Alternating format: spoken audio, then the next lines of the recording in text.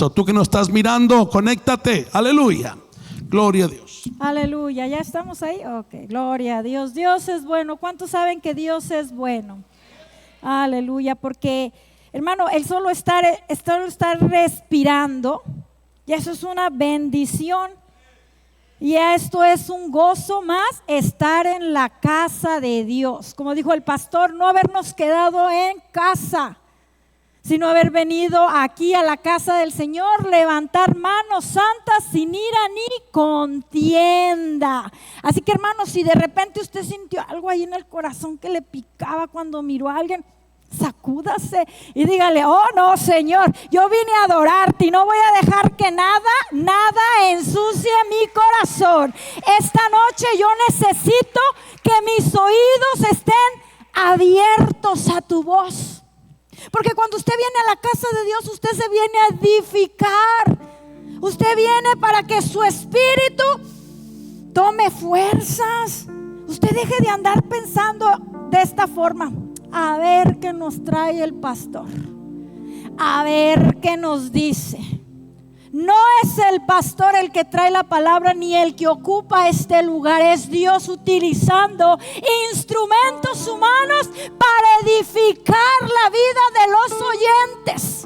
Hermano, así que cuando usted está en la casa de Dios, no deje que las zorras pequeñas, no deje que esas zorrillas empiecen ahí en su mente a traer otro pensamiento, a cavilar y empezar a mirar otra cosa. Y sabe, para cuando acuerda, su mente ya anda divagando en otro lado, pensando en aquello. Todavía no estoy predicando, solo le estoy dando una en 3. Hermano, usted ya está pensando en todo y la voz de Dios se le fue. Ay, es que estoy bien cansada y que mañana voy a trabajar.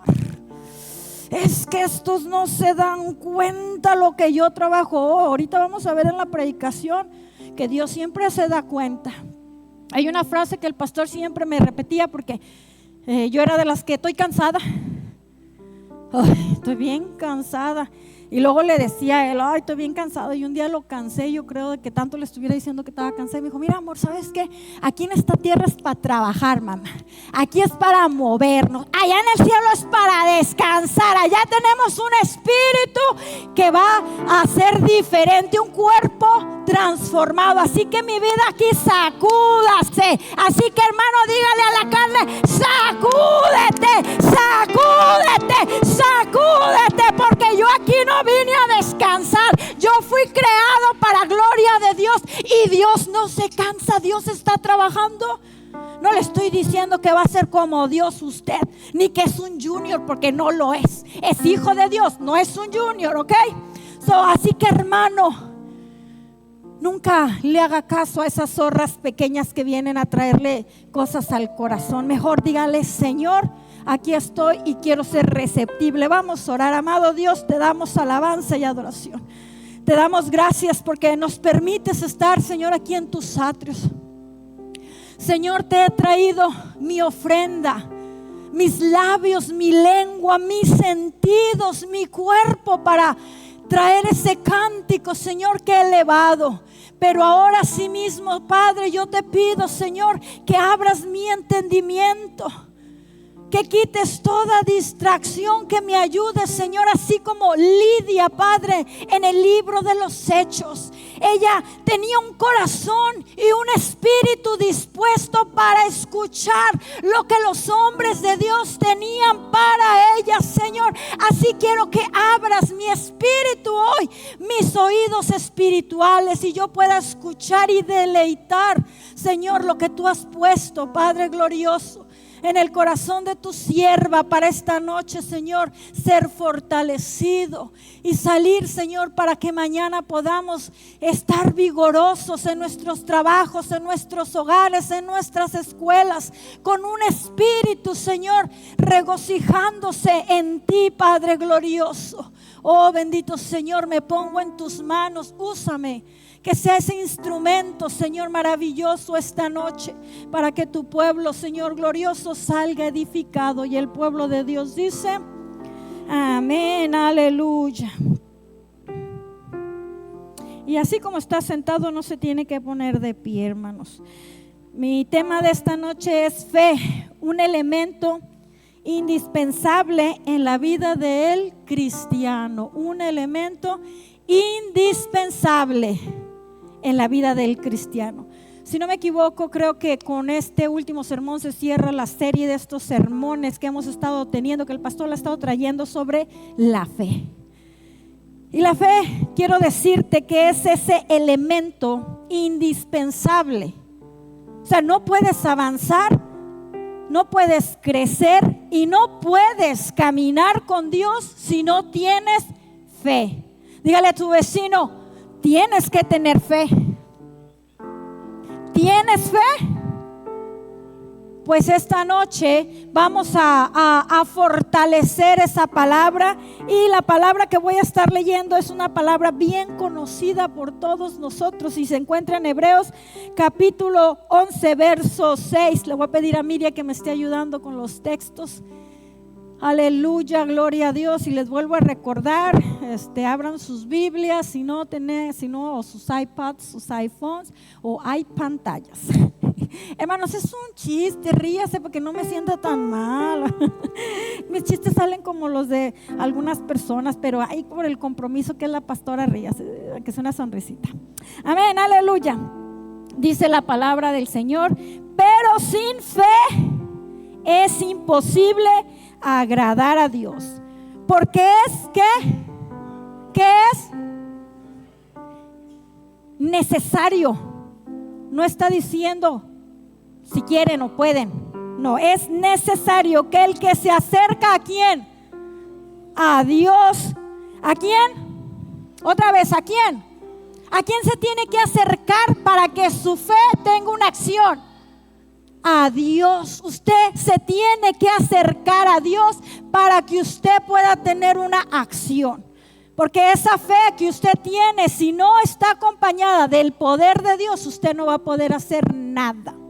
Aleluya. Dice, sigo leyendo, porque el que se acerca a Dios crea que le hay y que es galardonador de los que le buscan.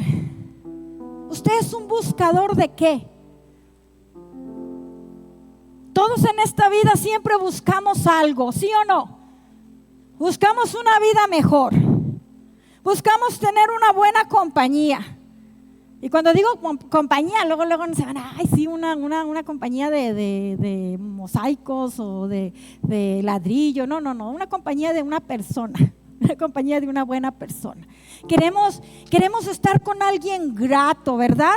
Queremos tener la compañía de alguien que nos siéntanos cómodos. ¿Y sabe qué? La mejor compañía que nosotros podemos tener es la compañía de Dios. Y esa compañía no solamente llega hasta un compañerismo con onía, sino que esa compañía nos galardona por acercarnos a Él. Oiga, yo muchas veces cuando vengo aquí a la iglesia y empiezo a adorar y empiezo a gritar, me dicen, ya empezó la gritona y la llorona de la pastora. Pero oiga, yo no sé si usted cuando lee la Biblia su corazón no arde, porque el mío arde cuando descubro las maravillas, el poderío de Dios, cuando empiezo a ver su misericordia, su amor, la grandeza, la inmensidad, la eternidad de Dios, y siento a ese Dios en mi vida. Es que es imposible que yo no alabe, que no adore, que no llore, que mi boca no glorifique a Dios. Oiga, alguien que está impregnado de la presencia de Dios es alguien que no puede estar callado.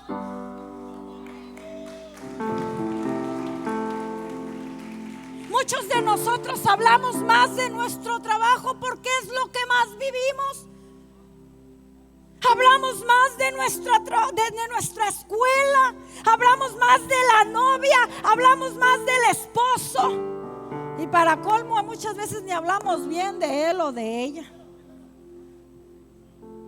Pero hablamos de ellos, o hablamos del hermano, o hablamos y hablamos y hablamos. Hablamos de todo menos de quien debemos de hablar. Y de quien debemos de hablar es de Dios. Es el problema de los cristianos hoy en día, que hablan mucho pero no de Dios. Y si nosotros estamos hablando de otra cosa, créame que no estamos agradando a Dios. Todos saben que la fe viene, ¿por qué? Por el oír, y el oír la palabra de Dios. Usted está anímico, usted está flaco espiritualmente. ¿Por qué? Porque nomás estoy oyendo predicadores. Oiga, yo oigo que hoy escuché a las 6 de la mañana al pastor tal, y hoy escuché en la tarde al pastor tal, y escuché al pastor. Sí, yo no estoy diciendo que está mal, ¿ok? Pero no estás escuchando la voz de Dios cuando te está hablando a través de la palabra. No estás escuchando lo que Dios te está diciendo a ti. Dios quiere que empieces a discernir lo que Dios tiene para tu vida. Queremos mover el poder de Dios y queremos que Dios se glorifique, pero no queremos saber cómo Dios se puede glorificar en nosotros. Mire, hermano, hay una diferencia entre el discípulo y el apóstol. Y muchos de nosotros seguimos siendo discípulos. ¿Qué es un discípulo? ¿Alguien sabe qué es un discípulo? Un discípulo es un aprendiz. Los discípulos de Cristo anduvieron con Él por 3 años aprendiendo, pero después fueron apóstoles, o sea que fueron enviados. No te puedes quedar como aprendiz, tienes que ser un enviado. Y un enviado, oiga, y no el apóstol es para que te digan, ay, señor apóstol, no, es para que seas enviado. Pero como a veces no leemos la palabra, no meditamos en ella, nos esperamos a que el teólogo tal venga y nos hable de la palabra. Así que, hermanos, esta noche el Señor nos está diciendo que sin fe es imposible agradarle. Dice la palabra del Señor. Bueno, ya se la leí, perdón. Quiero leerles un pensamiento de Charles Spurgeon, y dice así, dice: hay muchas descripciones de la fe, pero casi todas las definiciones que me he encontrado me han hecho entenderlo menos de lo que entendía antes de verlas. Y luego cuenta esto, dice: cuando un hombre de color leyó el capítulo de la fe, dijo que era un embrollo. Y es muy probable que lo hiciera, aunque lo que él quiso decir era que ni la entendía. Así también, hermanos, podríamos explicar la fe de una manera que nadie lo entienda. Yo espero no ser culpable de este yerro. La fe es la cosa más sencilla, y tal vez en razón de su sencillez sea la cosa más difícil de explicar. Y este fue un pensamiento de Charles. ¿Y sabe por qué? Porque últimamente nosotros hemos complicado la fe. Le queremos dar tantos significados, a lo mejor con la finalidad de que nosotros podamos accionar. Pero la fe para mí es algo tan sencillo como lo que yo creo, ponerlo en acción. Pero para que lo que yo crea lo tenga que poner en acción, tengo que estar empapada y sumergida de lo que yo voy a hablar, de lo que yo voy a realizar. Y muchas veces, como les digo, estamos empapados de muchas otras cosas, pero menos de Dios. La sencillez o la complejidad con la que nosotros querramos hacer la fe, eso nos va a impulsar o eso nos va a detener. ¿Con qué tipo de fe está lidiando tu corazón estos días? ¿Cómo estás viendo tú la fe? La fe simplemente es esa acción que tú tienes que realizar en obediencia a lo que Dios te está hablando, a lo que Dios te está indicando que tú hagas. Así que, hermano, la fe es algo tan sencillo como creerle a Dios lo que está pidiendo que tú hagas. La fe está al alcance para todos. Todos tienen acceso a ella. Pero ¿qué es lo que hace que una persona se detenga en el umbral de la acción de dicha fe? O que ponga un obstáculo en el tramo del canal que va a transitar esta fe, ¿qué hace que la vida de un cristiano se paralice? ¿Qué hace que la vida de un cristiano no camine en fe? Las decepciones, las oraciones no contestadas. Acuérdate que Dios te va a contestar con un sí, con un no o con un espérate. Dice el pastor, o tengo algo mejor. Cuando el pastor dice algo mejor es porque muchas veces en el área de la espera te empiezas a precipitar y haces lo mismo que Sara. Empiezas a actuar por tu cuenta para realizar la promesa que Dios te ha dado, y por lo tanto, en lugar de ser una bendición, viene a ser una maldición, viene a ser un problema. Hay algo que está obstaculizando la fe tuya, y por eso nosotros tenemos que analizarnos por qué nosotros no estamos creciendo en la fe. Cuando estaba meditando sobre este tema, yo misma estaba poniendo en este capítulo está lleno de una gran nube de testigos que nos gritan a través de su vida que podemos ver a Dios obrar a través de nosotros.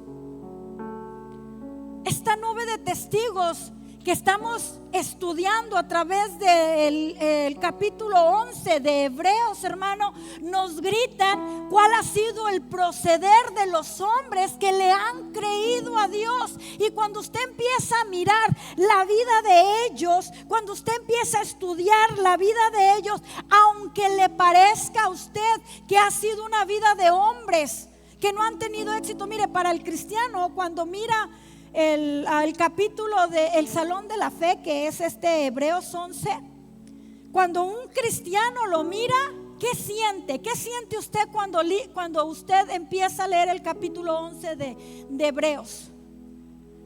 Usted se siente inspirado, ¿verdad? Como cristiano. Pero aquí en este libro usted va a mirar que fueron muertos, que no miraron lo que Dios les había prometido. Pero usted, como no es carnal, como es espiritual, entiende que estos hombres fueron hombres y mujeres de éxito que movieron la gloria de Dios y pudieron glorificar a Dios aquí en la tierra. Un hombre de éxito carnal va a decir que todos estos eran hombres que no tuvieron éxito. Eran hombres que no eran dignos de imitar, porque lo que el hombre carnal, entre comillas, exitoso, ve fracaso. Pero lo que nosotros los cristianos vemos es el poder de Dios accionando. Porque usted no me va a decir que a Noé, usted no me va a decir que Noé en su tiempo era un hombre de fama, un hombre que todos querían estar con él. No, era alguien al que no querían escuchar, pero fue un hombre que marcó las vidas, porque a través de él hubieron 8 personas que se salvaron. Los otros que creían tener éxito, hermano, no salvaron sus vidas, pero este hombre la salvó porque era un hombre que tenía una conexión con Dios. Usted no me va a decir que Pedro era uno de los más reconocidos y de los más amados por el Sanedrín. Para el Sanedrín, Pedro era un pescador apestoso, un hombre sin letras, pero era un hombre lleno del poder de Dios. Era un hombre que sabía en quién había creído. Era un hombre que sabía que Dios era poderoso y lo que Dios amaba. Escúcheme bien, hermano, porque ahora que estamos empapándonos en los profetas, uno empieza a mirar el corazón de Dios. Dice el pastor que el día que Eric dio la clase, cuando terminó, dice que Eric casi empieza a llorar y empieza, yo creo que a quererse rasgar la ropa como los profetas en ese tiempo, como Ezequiel, como Jeremías, como esos hombres que estaban apasionados por Dios. Y lo que Dios ama, nosotros lo amamos, y nosotros amamos a nuestros hermanos en Cristo, nosotros amamos al prójimo, nosotros amamos a nuestros enemigos. Por eso nosotros sentimos que nuestro corazón arde para que Dios sea movido en la tierra, para que Dios sea conocido. Y sabe que usted es el instrumento que Dios quiere usar para que esta tierra ponga su mirada en Dios.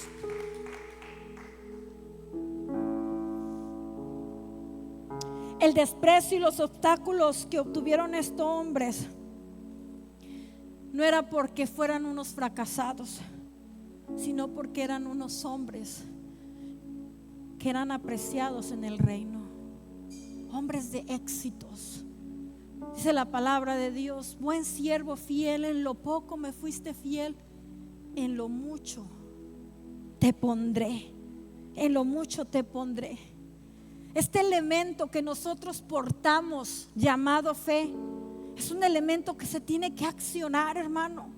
Lo que el pastor nos ha estado tratando de decir en todas estas predicaciones, cuando te está instando, cuando te está animando, cuando te está diciendo que el poder de Dios se mueve a través de tu vida, es porque Él quiere que lo mismo que los hombres de Dios, los que están escritos en la palabra, esta nube de testigos que nos hablan a nuestra vida el día de hoy, estos mismos milagros que ellos realizaron, los podemos realizar nosotros. Pero no es para que seamos conocidos nosotros, es para que Cristo sea conocido y sea proclamado como Dios.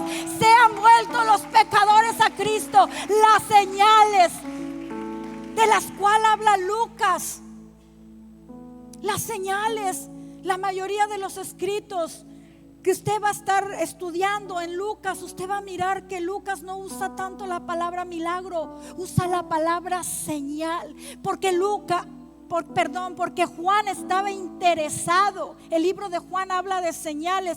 Juan estaba interesado que los cristianos, que los hijos de Dios, que los que habían reconocido a Cristo como Señor y Salvador, hicieran señales que apuntaran a Cristo, hicieran señales que apuntaran al que traía vida, hicieran señales que glorificaran a aquel que hizo posible nuestra redención. Por eso Dios hace señales a través de usted. Pero para que esta fe se active, tenemos 3 cosas que hacer. Yo sé que hay más, pero quiero nombrarles estas 3 cosas. Y la primera, ahí la vamos a ver. Vamos otra vez allá a Hebreos capítulo 11.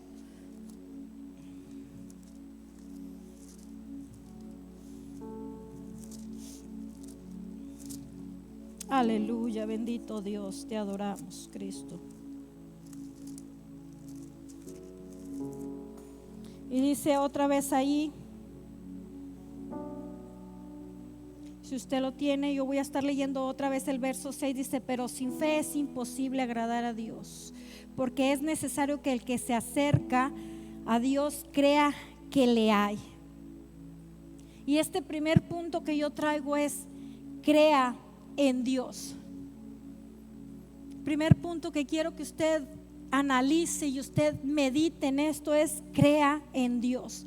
Hay mucha gente en el mundo que cree en lo sobrenatural, y en este creer de Dios, o sea, en este creer de ellos de las cosas sobrenaturales, está incluido Dios.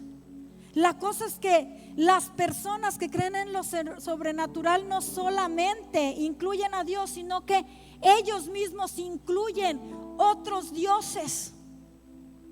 Ellos saben que el poder de Dios se mueve, tienen una fe en Dios, pero también tienen fe en otras cosas. Por eso no pueden mover el poder de Dios ellos. Nosotros tenemos que entender que para que nosotros movamos la mano de Dios para realizar algún milagro, alguna señal, para que nuestra boca hable con denuedo, tenemos que creer en un Dios poderoso y solamente en Él. Tal vez hay una persona aquí que no ha tenido un encuentro, o alguien que nos está mirando por las redes y se está diciendo, pero eso será cierto que los discípulos oraban por los enfermos y sanaban, sería cierto que Cristo murió en la cruz, y para que ellos puedan creer en Dios tiene que haber un pueblo que hable de Dios, tiene que haber un pueblo que no calle los milagros de Dios, que no calle lo que Cristo ha hecho por su vida. Hermano, muchas veces nosotros nos volvemos casi como ellos.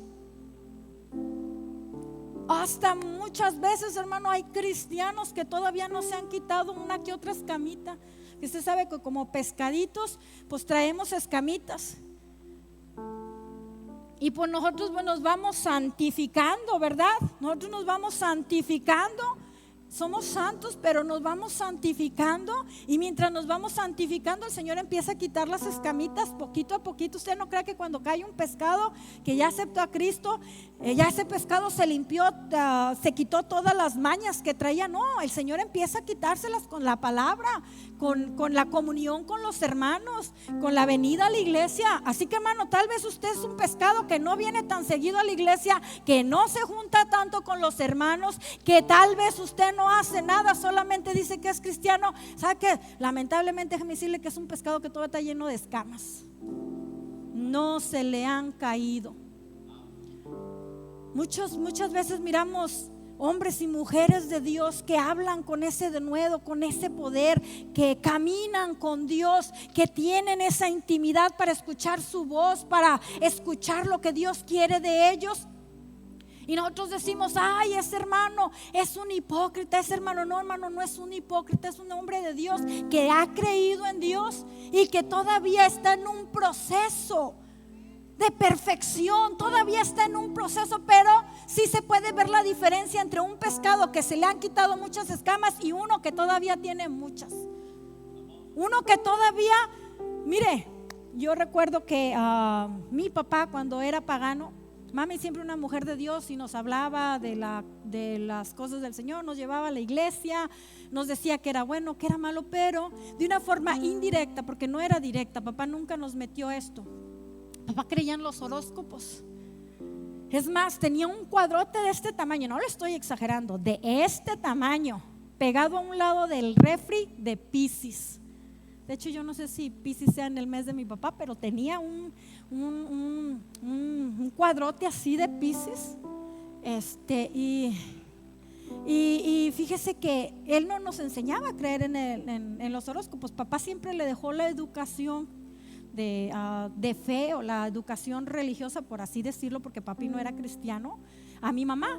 Entonces mamá nos metía la palabra, pero papá de una forma indirecta nos enseñaba que podíamos saber nuestro futuro a través del horóscopo. Eso es lo que hace una mente que está confundida. Cree que el horóscopo le va a decir la verdad. Cree que un hombre satanizado, que tiene ahí una unción diabólica, una sabiduría endemoniada, le va a poder decir su futuro. Y indirectamente, hermano, me lo pegó a mí.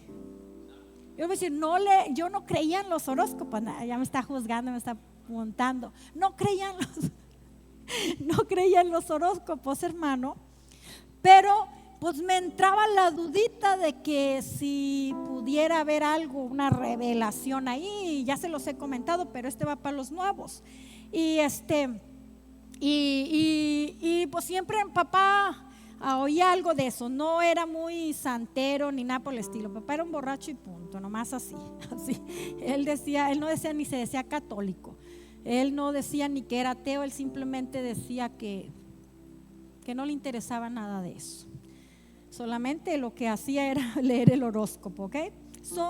Entonces, a través de eso, papá de repente pues hablaba unas cosillas con sus amigos. Yo le he dicho que yo estaba siempre como chiquita en medio de mi papá, siempre me pegaba mucho a papi.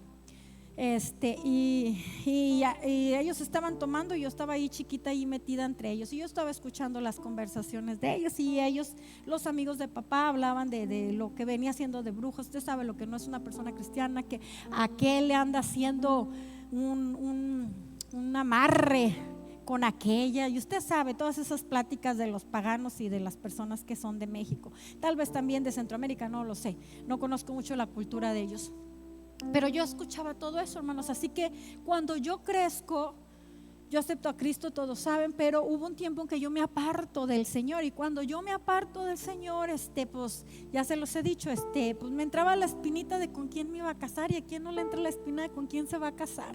Y pues yo recuerdo que una vez venía con mis amigas, y viniendo con mis amigas estaban unas húngaras. No sé si ustedes conocen a las húngaras o si oyeron alguna vez de húngaras, pero estas mujeres se pusieron cerca de mi escuela. Y cuando se pusieron cerca de mi escuela, yo recuerdo que mis amigas me dijeron: hey, vamos con ellas, a ver qué nos dicen, ellas leen la mano. Yo en ese tiempo me había apartado del Señor, hermano, pero yo tenía una mamá que oraba por mí, y ahí había una lucha, hermano. Yo estoy segura que mamá estaba así con todo, clamando, así como toda una mujer que está dando aparte. Ay, guárdala, Señor. Ay, protégela, Padre. Ay, que mi hija no haga nada que no debe. Y yo estaba en una lucha, hermano. O sea, dejo que me lea la mano, no dejo que me lea. Todas ahí. Ay, sí, mira, me dijo con quién me voy a casar. Ay, sí. Unas mentirosas terrible, pero como ya estás toda el diablo ya te empieza a lavar la cabeza, y tú también te paras ahí con ellas. Y oiga, hermano, entonces pues llegaba mi turno, ya le había leído las manos a todas, y llegó mi turno, y me pongo y me agarra la mano, y luego yo todavía me acuerdo, hermano, y me quiero así como pegar en la pared, me quiero pegar en la pared diciendo: ¿en serio, Carla? ¿En serio le dijiste eso? Yo le digo a la húngara: no me vayas a decir cuando me muero. Hijo, en serio, ahorita que ya soy cristiana, ¿en serio, Carla? Vergüenza te debería. Es más, eso lo oculté por muchos años, hermano. Eso yo no se lo había contado a nadie más que mis amigas que habían estado en la escuela, que yo había ido a que me leyeran la mano, y eso me atormentó por mucho tiempo. El enemigo sabía de eso y me atormentaba, hasta que un día estaba tan desesperada, y yo decía: Señor, yo lloraba: Señor, yo sé que tú me perdonaste, pero ¿por qué siento esto? Y recuerdo que voy con mi esposo y le digo: ¿sabes qué? Yo dejé que me leyeran la mano un día, y ¿sabes qué? Y fue así, y me empezó a decir: ¿qué quieres saber? Me dice la húngara, ¿qué quieres saber? Y le digo yo: ¿con quién me voy a casar? Y me dice: aquí veo una acá, y yo le hago así en la cabeza, y ella me mira. Pues claro que le cambió, ¿verdad? Oiga, casi me lleva todo el abecedario, y yo con la cabeza casi diciéndole que no, hasta que llegó con el novicio que traía. Aquí miro una J, y yo hago con la cabeza: sí, una J, tú te vas a casar. Mire, hermano, lo que es la ignorancia. Lo que es la ignorancia, y el hombre que quiere vivir en lo sobrenatural, y que quiere ver el futuro, y que quiere ver, hermano, cuando tú quieras saber tu futuro, acuérdate que está la palabra que te va a guiar, que te dice quién eres y a dónde vas, que te dice lo que tú tienes para tu vida.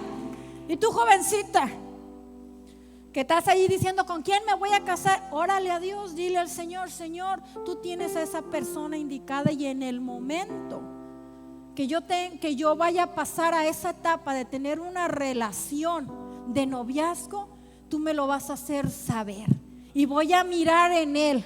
Yo siempre les he dicho a las jóvenes: ustedes no solamente escogen con esto, o sea, con el corazón, porque dice la palabra que el corazón es engañoso. Nosotros tenemos que escoger también con esto y con esto. Si usted mira que ese muchacho nomás viene cuando le toca hacer algo, o viene porque usted viene, eso no es de ahí, porque sabe una cosa: el día de mañana cuando se case ya no va a venir, o va a batallar con él.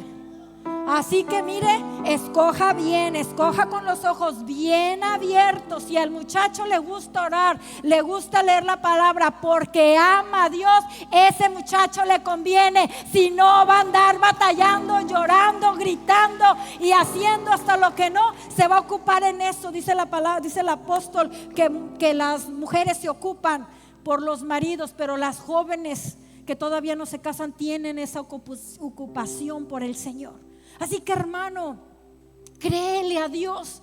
Créele a Dios. Para mover la fe de Dios le tienes que creer a Dios, pero que sea una fe solamente para Él.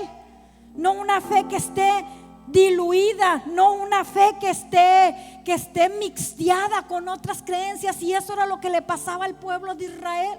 El pueblo de Israel dejó de ver la gloria de Dios, dejó de ver las proezas y los milagros, porque no solamente tenían a Dios como su Dios, sino que habían metido otros ídolos, otras creencias, tenían otros ritos que estaban realizando y habían sacado a Dios de sus vidas. Y querían mover la gloria de Dios, querían que sus profetas siguieran mirando las visiones de Dios. Tú no vas a poder mirar nada si tú no tienes a Dios en primer lugar. Porque déjame decirte, hermano, que Santiago 2:19, ¿cuántos se saben Santiago 2:19? ¿Ah? Santiago 2:19, le voy a pedir a los de Miria que me lo ponga. Y sabe una cosa, es que lamentablemente muchos cristianos, como les digo, tratamos siempre de aprendernos otras cosas, pero no nos aprendemos la palabra bien y repetimos como cotorritos lo que oímos en las predicaciones y no sabemos cuál es el trasfondo de esto. Y sabe, dice, tú crees que Dios es uno, bien haces. También los demonios creen y tiemblan.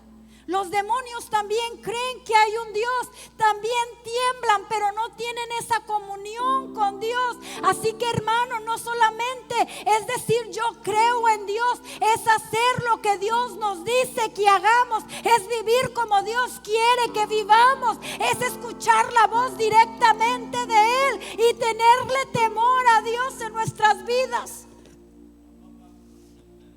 Así que no solamente es el hecho de saber que hay un Dios, sino es el hecho de tener una relación con Dios. El segundo punto que quiero que miremos así rapiditamente, dice ahí mismo en Hebreos 11:6, dice, porque sin fe es imposible agradar a Dios.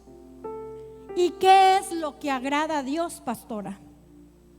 ¿Qué es lo que agrada a Dios? Solamente les mencionaré algunas cosas, porque hay muchas cosas que engloban el agradar a Dios.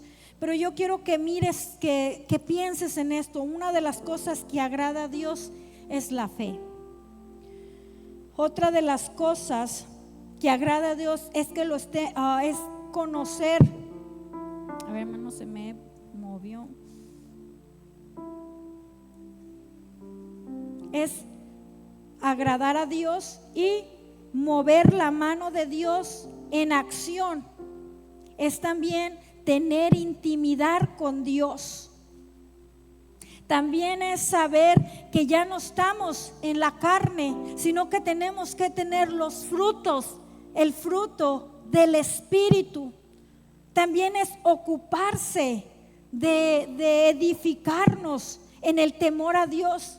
Es obedecerlo, es hacer su voluntad. Y como diría Miqueas, es hacer justicia, es ser misericordioso y ser humilde ante Él.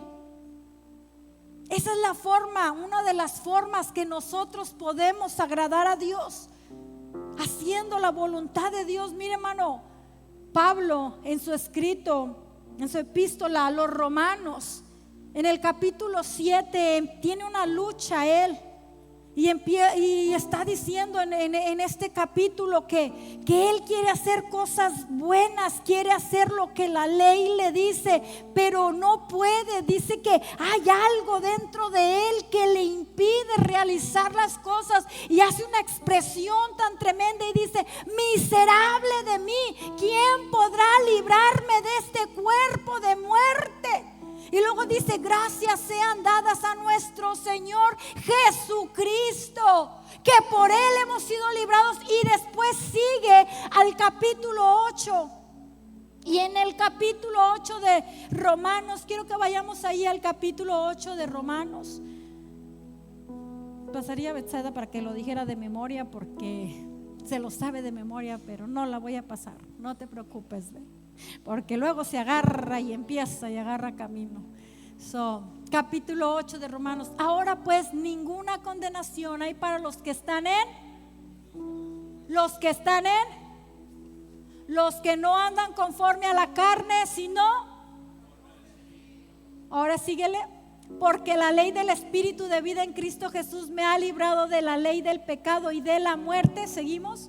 Porque lo que era imposible para la ley, por cuanto era débil por la carne, Dios, enviando a su Hijo en semejanza de carne de pecado, y a causa del pecado condenó al pecado en la carne. Seguimos. Para que la justicia de la ley se cumpliese en nosotros, que no andamos como conforme a la carne, sino, síguele, porque los que son de la carne, ¿en qué piensan? Pero los que son del Espíritu, hasta ahí. Porque los que son de la carne piensan en las cosas de la carne. Analízate. Piensa en estos días que has estado viviendo. ¿Qué es lo que has tenido más presente en tu vida? ¿Una vida espiritual o una vida en la carne? ¿Te has preocupado por las cosas celestiales? ¿Te has preocupado por ser edificado? ¿Te has preocupado por escuchar la voz de Dios? ¿Te has preocupado por agradar a Dios? ¿Por meditar en su palabra? ¿Por discernir lo que Él quiere para tu vida?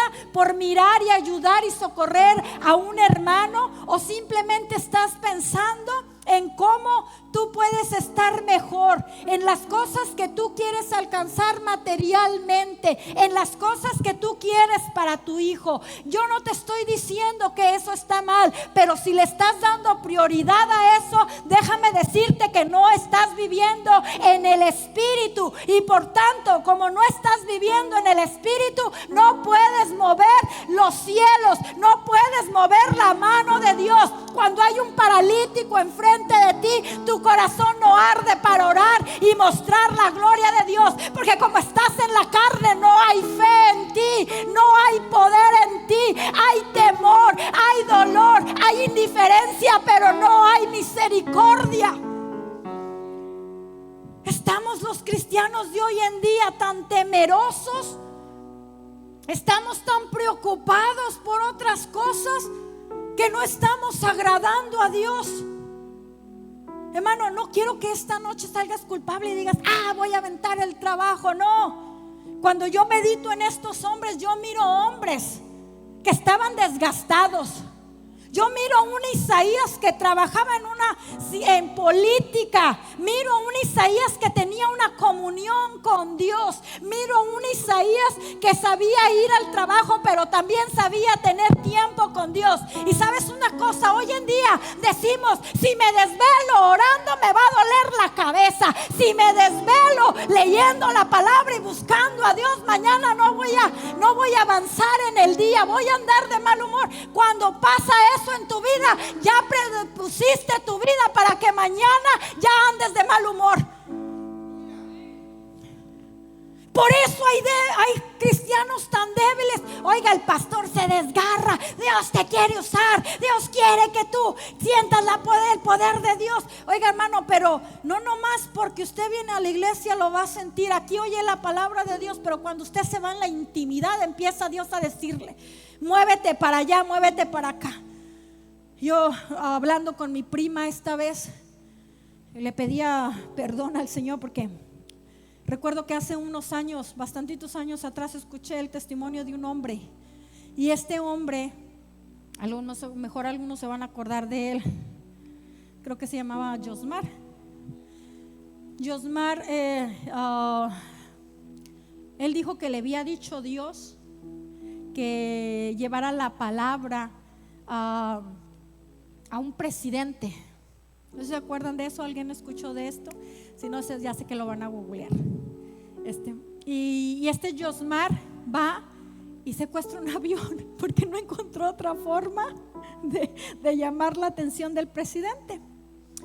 Y oiga, y se levantó una controversia. No, es que eso no lo puede hacer Dios, es que así no, Dios no trata. Oiga, y el pueblo cristiano se comió a Yosmar, que se lo llevaron a la cárcel.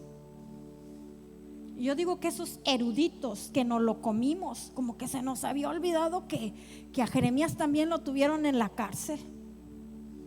Y digo, se nos había olvidado porque yo fui una de tantas. Ya me arrepentí.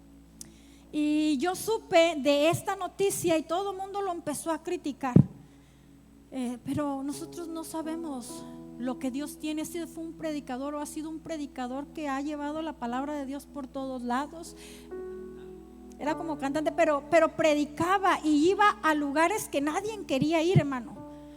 Y recuerdo que pues por varios tiempos estuve pensando eso, que pues Yosmar a lo mejor había sido un fraude, hasta que mi prima que vino tiene una relación bien bonita con Dios. Sigue en eso mismo, es maestra, ella se los contó, pero no solamente es maestra, sino que también es una mujer de Dios que le gusta orar y le gusta seguir la dirección de Dios. Y me dice: Carla, ¿qué crees? Le digo: ¿qué? Dice: pues no me dijo el Señor. Una vez que Yosmar iba a ir para Monterrey, me dice: Karina, le vas a dar una comida, les vas a hacer una comida a Yosmar y a su esposa. Karina había escuchado sobre esto de Yosmar. Y dice que le habla, se movió de todas las formas habidas y por haber con tal de poderse contactar con ellos. Y una vez que se pudo contactar, hermanos, pues les dio esa comida, se lo agradecieron y tuvieron una plática. Pero qué tremendo es Dios. Dice que cuando empezó a platicar con Yosmar, ella le preguntó sobre eso del secuestro. Le dice: ¿sabe qué, hermana? Dice: estando yo en la cárcel, a un lugar donde iban los peores criminales, ahí conocí a un hombre que estaba excluido de los demás. Y sabe una cosa, dice: este hombre es muy famoso y conocido en México por sus asesinatos y la forma tan atroz que los hacía. Era el caníbal de México, mataba a las personas y se las comía. ¿Y sabe qué es lo más precioso? Que Yosmar llegó a esa cárcel y Yosmar no llegó así como: ay, aquí estoy, yo quería hacer tu voluntad. No, Yosmar llegó a esa cárcel y empezó a predicar. En esa cárcel hubo salvación y para la gloria de Dios, este hombre se convirtió a Cristo. Cristo perdonó a un hombre tan pecador, tan miserable como lo fue este hombre que había matado muchas vidas. Y cuando yo escuché eso, yo dije: qué triste, Señor, que muchas veces yo juzgué, yo hablé porque no tenía el discernimiento. Hermano, ¿cómo estamos agradando a Dios? Dios quiere usarnos, pero nosotros no se lo estamos permitiendo, porque no le estamos agradando como Él quiere que le agrademos. Y el tercer punto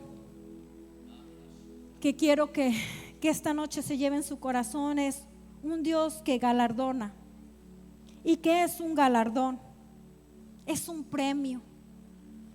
¿Cómo no voy a sentirme contenta de servir a un Dios que me galardona, que me recompensa? Es un Dios que premia, y no solo que premia con la vida eterna, sino que aquí en esta tierra mueve su poder con señales y prodigios. Es un Dios que premia las buenas obras y los servicios que hagamos para Él en su nombre. Y la última cita que quiero que nosotros veamos es Hechos capítulo 5 verso 12, porque quiero terminar con esta serie de sermones respaldando lo que Dios a través de estas predicaciones nos está incitando a hacer, que muévanos la mano de Dios que muévanos la mano de Dios. No sé si Miriam me lo puede poner o si ya.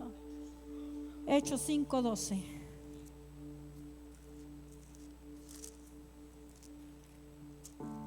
Aleluya. Si no, pues yo lo leo. Gloria a Dios. Dice, Hechos 5:12. Dice la palabra del Señor: por la mano de los apóstoles se hacían muchas señales y prodigios en el pueblo, y estaban todos unánimes en el pórtico de Salomón. De los demás ninguno se atrevía a juntarse con ellos, mas el pueblo los alababa grandemente, y los que creían en el Señor aumentaban más, y gran número así de hombres como de mujeres, tanto que sacaban los enfermos a las calles y los ponían en las camas y los lechos, para que al pasar Pedro a lo menos su sombra cayese sobre alguno de ellos. ¿Y por qué querían que la sombra de Pedro cayera? Porque era un hombre que tenía poder. O sea que cuando tú te acercas al Señor creyendo que es galardonador, creyendo que te puede usar, creyendo que su brazo no se ha cortado, creyendo que ese familiar tuyo al ser sano también va a reconocer a Dios como su Señor y Salvador. Ese es el Dios que quiere galardonar tu vida. Es el Dios que todavía se sigue predicando en estos tiempos. Iglesia, hermano que me escuchas en las redes, Dios nos está llamando a que muévanos su poder, a que su gloria sea una gloria que se mueva aquí, allá afuera, donde quiera que te pares. Ten la osadía de predicar a Cristo. Ten la osadía de creer que eres instrumento de Dios. Santifícate, iglesia. Santifícate, pueblo de Dios, para que los que están afuera conozcan que hay un Dios de poder, sean libres de esas ataduras, sean arrojados sus pecados al fondo de la mar. Deja de estar haciendo esas cosas que te están distrayendo y sumérgete en la presencia de Dios. Sumérgete en la presencia de Dios. El Señor te ha dicho a través de las predicaciones: yo quiero que cuando estés en tu trabajo la gente se acerque, porque hay unción en tu vida, porque la unción traspasa esos corazones atormentados. Mire, Catherine Kuhlman tenía tanta unción que dice que una vez ella se quería meter a un restaurante a cenar, pero era tanto el poder de Dios que radicaba en ella, que cuando ella se metía a ese restaurante, la gente empezaba a llorar, la gente empezaba a temblar, la gente empezaba a sentir escalofríos, y era porque ella era una mujer que movía la gloria de Dios. Está en tu vida. La gloria de Dios se movió del templo de Israel para habitar en templos humanos, pero templos santos, templos que sean uso de su gloria, no templos que sean templos cristianos hoy y mañana no, templos cristianos en la iglesia y templos paganos afuera. Dios quiere templos en tiempo y fuera de tiempo. Iglesia, Dios te está llamando a ti para que la gloria de Dios se mueva. Es un momento para santificarnos. Póngase de pie. Le voy a pedir al grupo que pase. Tal vez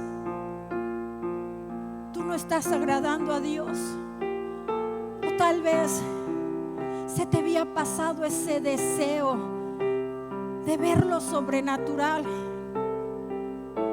Mi esposo y yo, bueno, antes quiero despedir a los medios. Hermano que me estás escuchando, persona que me estás viendo, déjame decirte que Dios quiere mover su gloria a través de ti. Yo te invito a que ores ahí donde estás, en tu casa, en tu carro, donde quiera que estés viendo esta predicación, y le digas: Señor, una vez más aquí estoy delante de ti.